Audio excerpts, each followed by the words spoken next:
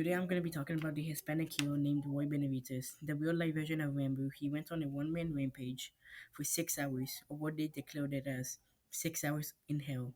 He was a United States Army Sergeant Master and was awarded the Medal of Honor, which is the highest medal you can get in the Army out of all the branches. Roy was born in Delaware County in Texas. He was the son of a Mexican farmer. When he was 2 years old, his father died of tuberculosis. His mother he remarried after his death. 5 years later, his mother also died of tuberculosis. With nobody else to take care of them, him and his younger brother moved to El Campo, where their grandfather, uncle, and aunts raised them with their other cousins. At the age of 15, Ward dropped out of school, enlisted to the Texas Army National Guard in 1952 during the Korean War. In June of 1955, he switched from National Guard to Army active duty. In 1959, he married his wife. Then he completed airborne training, where he was assigned to the 82nd Airborne Division at Fort Bragg, North Carolina. In 1965, he was sent to South Vietnam as a Special Forces advisor to the Army of Republic of Vietnam infantry. During his tour, he stepped on a landmine during a patrol and was quickly evacuated to the United States. Sorry. Doctors at Fort Sam Houston concluded that he will never be able to walk again. He begged them to not sign the medical discharge papers, cause the army was his life. It's what he loved doing. So Benavides did the impossible. He crawled using his elbows and his chin to a wall near his bedside, and he would pump himself against the wall, attempting to lift himself unaided, trying to wiggle his toes, then his feet, then more than his feet. He eventually regained the ability to walk again. After many months of doing this, Benavides walked out of the hospital in the month of July of 1966, with his wife at his side to determine to return to combat in Vietnam. 6 hours of hell. 6 hours in hell. On on May 2nd, 1968, Roy Benavidez was assigned to the 5th Special Forces Group, also known as the Green Berets. On the morning of that day, a 12-man Special Forces reconnaissance team was inserted by helicopter by the 240 Elsa Helicopter Company into the dense jungles area west of Loc Ninh, Vietnam, to gather intelligence to confirm the large-scale enemy activity. This area was controlled and roughly patrolled by North Vietnamese Army soldiers, and also known as NVA troops. After a short period of time on the ground, the team met heavy enemy resistance, so they requested emergency evacuation. 3 helicopters attempted the evacuation, but were unable to land due to the intense small arms fire and anti-air fire. Sergeant Benavides was at forward operating base in Lucknow, monitoring the operation by radio. When the helicopters of the 240 LSR Company returned to offload the wounded crew and to assess the aircraft damage, Benavides volunteered and aborted a returning aircraft to assist in another evacuation attempt. Realizing that all the team members were either dead or wounded and would be unable to move from the pickup zone, he directed the aircraft to a clear zone where he jumped from the helicopter and ran approximately 75 meters under small arms fire. Reaching the team's position, he was wounded in his right leg, face, and head. Despite these painful injuries, he took charge, responding to the teams, directing their fire to the landing aircraft. He threw a smoke canister to direct the aircraft to the team's position. Despite his severe wounds and under intense enemy fire, he carried and dragged half of the wounded team's members onto the awaiting helicopter. He provided protective fire by running alongside the aircraft. As he picked up the remaining team members, the enemy fire intense. He hurried to recover the bodies and classify documents of the dead team leader. When he reached the leader's body, Sergeant Benavides was severely wounded by a small arms fire and by grenade fragments to the back.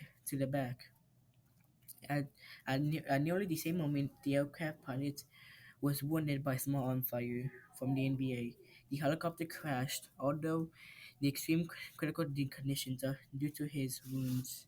Sergeant Benavidez secured the classified information and documents, made his way back to the wreckage, where he would be aided and wounded and to help aid the wounded at the overturned helicopter. Gathering the stunned survivors into a defensive perimeter under increasing enemy automatic fire and grenade fire, he moved them to a perimeter, spreading water and ammunition among the members.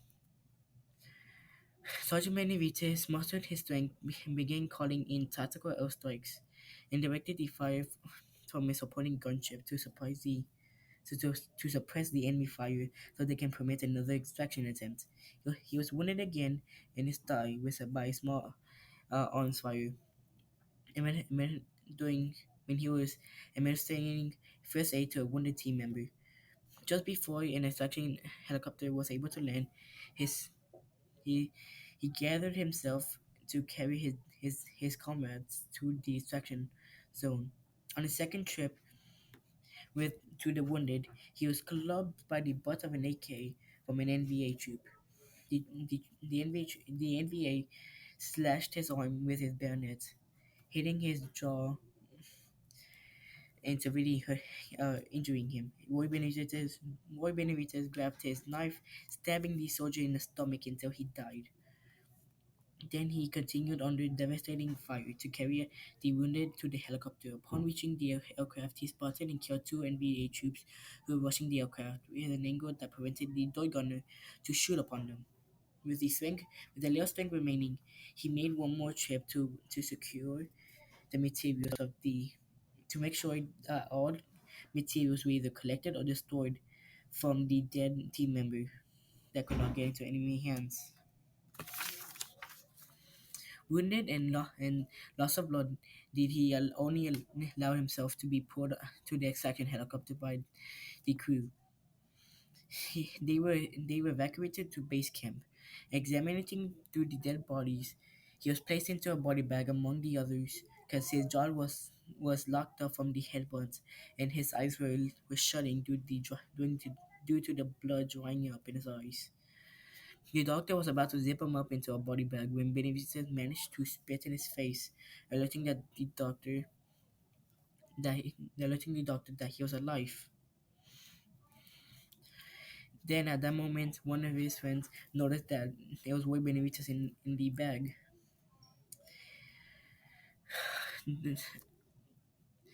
Benavidez had a total of 37 separate bullets in him, bayonet slashes, and shrapnel wounds due to grenades. Further doing the surgeries to save his life. When he eventually recovered, he received the Service Cross honor, 4 Purple Hearts, in 1973 when he was assigned to Fort Sam Houston, Texas. In 1973, after more detailed accounts became available, Special Forces Lieutenant Colonel Raphael O. Drake said that Benavides should receive the Medal of Honor. By then, however, the time limits of the Medal of Honor have expired. Then appealed to Congress, result of of exemption for Benavides, but the Army uh, denied him to being upgraded from the Service Cross to a Medal of Honor. The Army board required an eyewitness account from someone present during the transaction. Benavides did not believe no one would be living after what happened during those 6 hours. Unknown to Benavides, there was an actual living witness. He would later provide eyewitness to the accounts of what happened that day. His name was Brian O'Connor, the former radio man of Benavides Special Forces team that he saved in Vietnam. O'Connor was severely wounded, and Benavides thought he was dead when he was evacuated to the United States. Before superiorities could fully debrief him, O'Connor in 1980, when he was on a holiday in Australia, during his holiday, O'Connor read a newspaper account about Benavides in El Campo. newspaper, which he had been open to international press. O'Connor immediately contacted Benavides and submitted a 10-page report of what happened that day.